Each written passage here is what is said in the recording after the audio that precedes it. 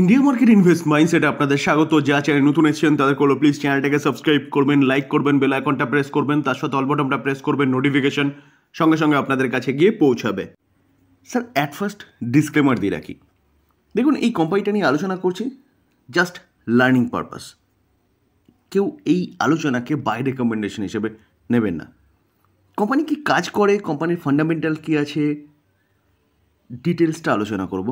শুধু একটু ধৈর্য সহকারে দেখলে পরে আপনি ডিটেলসটা জানতে পারবেন।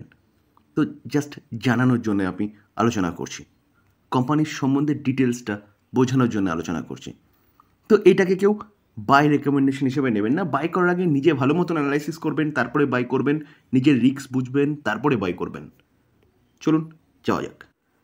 স্যার প্রথমে আমরা জেনে নেব যে আমরা কোম্পানিটা নিয়ে আলোচনা করছি, সেই কোম্পানিটা কিন্তু ডিফেন্স সেগমেন্টের কোম্পানি এবং মিনিস্ট্রি অফ ডিফেন্স অফ ইন্ডিয়ার আন্ডারে একটা নবরত্ন পিএসইউ কোম্পানি, যেখানে ডিফেন্স সেগমেন্টে এই কোম্পানিটার ব্যাপক এক্সপোজার রয়েছে।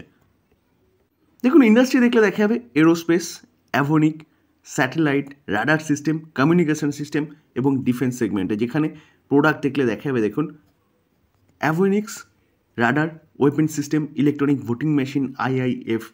যেখানে কোম্পানির নাম কি? কোম্পানির নাম ভারত ইলেকট্রনিক লিমিটেড অর্থাৎ বিইএল।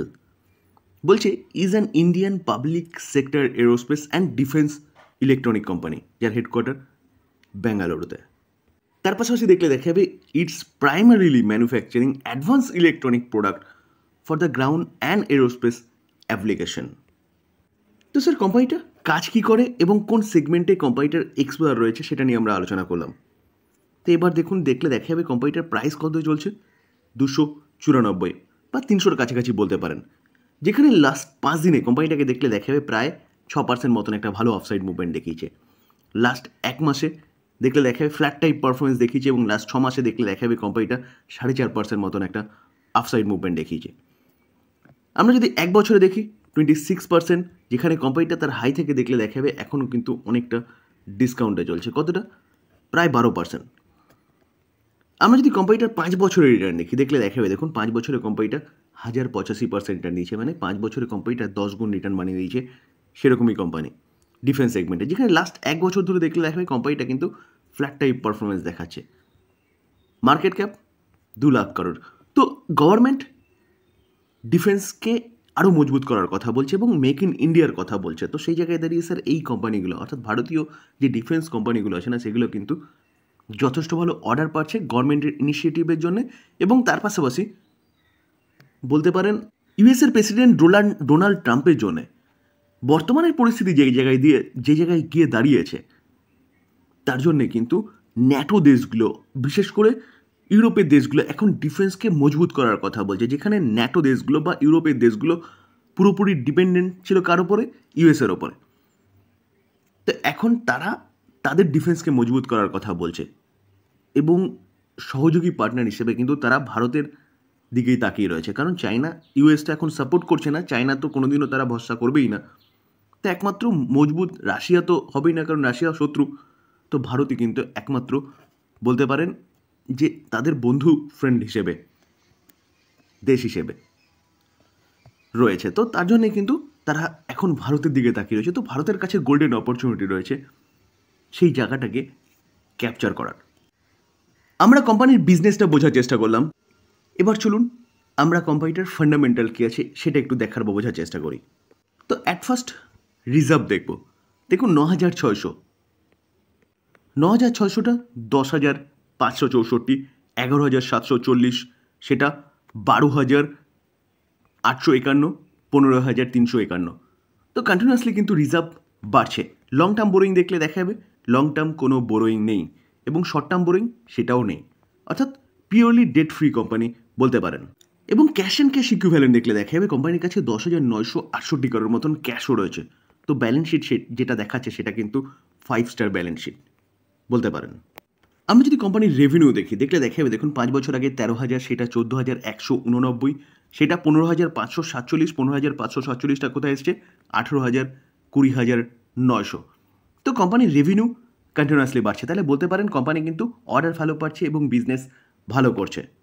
এবং আমরা যদি কোম্পানির প্রফিট দেখি না দেখলে দেখা যাবে দেখুন 93, মানে 1800। তারপরে 2065, সেটা 2348, সেটা 3006, 3006টা 4020। তো কোম্পানির রেভিনিউর সাথে সাথে কোম্পানির প্রফিটও কন্টিনিউয়াসলি বাড়ছে। অর্থাৎ বলতে পারেন কোম্পানি কিন্তু বিজনেস ভালো করছে। সে শেয়ার হোল্ডিং প্যাটার্ন একটু আগে দেখেছিলাম যে প্রোমোটার গভর্নমেন্ট অফ ইন্ডিয়া 51%। তো গভর্নমেন্ট অফ ইন্ডিয়াই কিন্তু প্রোমোটার মার্চ 2025 লেটেস্ট ডেটা অনুযায়ী দেখলে দেখা যাবে। এবং FII foreign institution investor 17% stake hold করছে, 17.6%। ডোমেস্টিক ইনস্টিটিউশন ইনভেস্টার প্রায় 21% স্টেক হোল্ড করছে। তো দেখলে দেখা যাবে কিন্তু ফরেন ইনস্টিটিউশন ইনভেস্টার, প্রোমোটার এবং ডোমেস্টিক ইনস্টিটিউশন ইনভেস্টার প্রায় 90% স্টেক হোল্ড করছে। কেন হোল্ড করছে? দেখুন, যে কোনো কোম্পানিতে ইনস্টিটিউশন ইনভেস্টার এবং প্রোমোটার বেশি সংখ্যক স্টেক হোল্ড করছে মানে বুঝতে হবে যে কোম্পানি ফান্ডামেন্টাল স্ট্রং এবং কোম্পানি ভালো কোম্পানি, যেখানে পাবলিককে দেখলে দেখা যাবে দেখুন পাবলিক কিন্তু অনেক কম রয়েছে এবং পাবলিক কন্টিনিউয়াসলি তার স্টেক সংখ্যা কমাচ্ছে এবং ইনস্টিটিউশন ইনভেস্টাররা তার স্টেক সংখ্যা কিন্তু বাড়াচ্ছে। দেখুন ফরেন ইনস্টিটিউশন ইনভেস্টার 17.3 ছিল 17.6, ডোমেস্টিক ইনস্টিটিউশন ইনভেস্টার 20.2 ছিল, সেখান থেকে 20.9। তো কেন বাড়াচ্ছে ইনস্টিটিউশন ইনভেস্টার? এটা কিন্তু চিন্তাভাবনার বিষয় sir.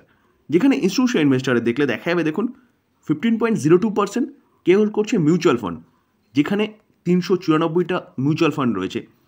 সিপিএসই exchange traded scheme 3.38% stake hold করছে। কোটাক ফ্লেক্সি ফান্ড 2.5%-এর ওপরে স্টেক হোল্ড করছে। এসবিআই 1.5%-এর কাছাকাছি 1.31%, যেখানে কানাডা মিউচুয়াল ফান্ড কিন্তু 1.09% স্টেক হোল্ড করছে। তো কেন হোল্ড করছে? ফরেন পোর্টফোলিও ইনভেস্টার দেখলে দেখা যাবে 16.71%, 921টা ফরেন পোর্টফোলিও ইনভেস্টার রয়েছে। ইন্স্যুরেন্স কোম্পানিকেও দেখলে দেখা যাবে কতটা 4.16% স্টেক হোল্ড করছে। 102টা ইন্স্যুরেন্স কোম্পানি রয়েছে, যেখানে এলআইসি 1.89% স্টেক হোল্ড করছে এবং এনএসপি ট্রাস্ট তারা 1.16% স্টেক হোল্ড করছে। তো কেন হোল্ড করছে স্যার? চিন্তাভাবনার বিষয় কিন্তু স্যার। মার্কেট ক্যাপ আমরা প্রথমেই দেখেছি 2.15 লাখ কারোর হচ্ছে মার্কেট ক্যাপ, যেখানে পি দেখলে দেখা যাবে 43.2 রয়েছে। পি একদম ঠিকঠাক রয়েছে। কোম্পানি ভালো ডিভিডেন্ডও পে আউট করে, 0.75% ডিভিডেন্ড ইল্ড শো করছে। রিটার্ন অন ক্যাপিটাল এমপ্লয় দেখলে দেখা যাবে 34.6, যথেষ্ট ভালো রয়েছে। রিটার্ন অন ইকুইটিও কিন্তু 26.1 রয়েছে। ফেস ভ্যালু 1 আছে, মানে কোম্পানি স্প্লিট দেওয়ার মতন জায়গায় নেই। আমরা যদি কোম্পানির সেলস গ্রোথ দেখি, দেখুন সেলস গ্রোথ দেখলে দেখা যাবে 10 বছরে 12%, 5 বছরে 11%, 3 বছরে 13%, কারেন্ট ইয়ারে 18%। তো সেলস গ্রোথ কন্টিনিউয়াসলি বাড়ছে। তো বাড়ছে মানে বোঝা যাচ্ছে যে গভর্নমেন্ট কিন্তু ডিফেন্স নিয়ে কাজ করছে। তার জন্যই কিন্তু government defence company, PSU company, সেই কোম্পানিটা কিন্তু সেলস গ্রোথ বাড়াচ্ছে। প্রফিট গ্রোথ দেখলেও দেখা যাবে 10 বছরে 15%, 5 বছরে 16%, 3 বছরে 24%, কারেন্ট ইয়ারে 40%। তো প্রফিট গ্রোথও কিন্তু কন্টিনিউয়াসলি বাড়ছে। স্টক সিএজিআর গ্রোথ, যেখানে 10 বছরে 25%, 5 বছরে 63%, 3 বছরে 52%, কারেন্ট ইয়ারে 27%। তো স্টক সিএজিআর গ্রোথ অর্থাৎ কোম্পানিটা খুব ভালো রিটার্নও কিন্তু তার শেয়ার হোল্ডারদের জেনারেট করে দিয়েছে। রিটার্ন অন ইকুইটি দেখলে দেখা যাবে 10 বছরে 20%, 5 বছরে 22%, 3 বছরে 23%, কারেন্ট ইয়ারে 26%, যেখানে রিটার্ন অন ইকুইটিও কিন্তু কন্টিনিউয়াসলি বাড়ছে। তো স্যার এই হচ্ছে কোম্পানি ভারত ইলেকট্রনিক লিমিটেড, যেখানে কোম্পানিটা ডিফেন্সের ব্যাপক একটা যোগদান রয়েছে। এবং যা প্যারামিটার দেখলাম, কোম্পানি রিজার্ভ কন্টিনিউয়াসলি বাড়ছে, কোম্পানির রেভিনিউ বাড়ছে, কোম্পানির প্রফিটেবিলিটি বাড়ছে, যেখানে কোম্পানির কোনো ডেট নেই, কোম্পানির ক্যাশও যথেষ্ট রয়েছে। কোম্পানি সেলস গ্রোথ বাড়ছে, প্রফিট গ্রোথ বাড়ছে, স্টক সিজিআর গ্রোথ বাড়ছে, রিটার্ন অন ইকুইটিও বাড়ছে। তো এবার চিন্তাভাবনা আপনার, আপনি কী করবেন? দেখুন, আমি জাস্ট কোম্পানি নিয়ে আলোচনা করলাম ডিটেলসে, কোম্পানির সম্বন্ধে ইনফরমেশান দেওয়ার জন্য। এবার ডিসিশন আপনার, আপনি কী করবেন। তো প্লিজ এটাকে কেউ বাই রেকমেন্ডেশন হিসেবে নেবেন না, কারণ আমি কোনোদিনও কাউকে বাইয়ের কথা বলিও নি আর ভবিষ্যতে বলবও না। আপনার টাকা, রিস্ক আপনার, আপনি আপনার রিস্ক বুঝে আপনার টাকাটা আপনি ইনভেস্টমেন্ট করবেন। তো করার আগে অবশ্যই ভালো মতন অ্যানালাইসিস করবেন। আলোচনা এই পর্যন্ত। যদি ভালো লাগে, যা চাই নতুন এসেছেন তাদেরগুলো প্লিজ চ্যানেলটাকে সাবস্ক্রাইব করবেন, লাইক করবেন, বেল আইকনটা প্রেস করবেন, তার সাথে অল বাটনটা প্রেস করবেন, নোটিফিকেশন সঙ্গে সঙ্গে আপনাদের কাছে গিয়ে পৌঁছাবে। থ্যাংক ইউ, ভালো থাকবেন।